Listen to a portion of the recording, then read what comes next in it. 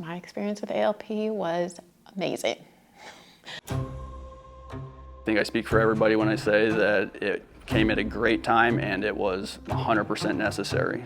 I think the culture at our particular company needed a reset button. There's no way around that. Anybody that tells you otherwise is lying to you. But I think we've hit that reset button and we're building it from the ground up, and we'll continue to grow with each other because we were in here.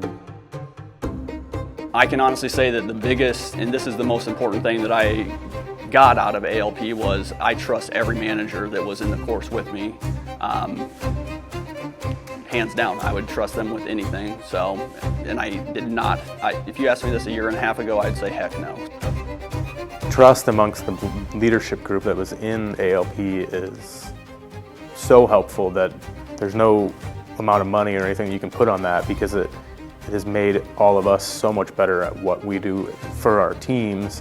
The communication has made everything better. Our team has been the highest performing team for the last 4 or 5 months now. We go through the goals, we go through the small things we can change, we point out the wins, we learn from the failures. It's not how we used to do it, and it is how we do it now. There's so much improvement. The success has followed.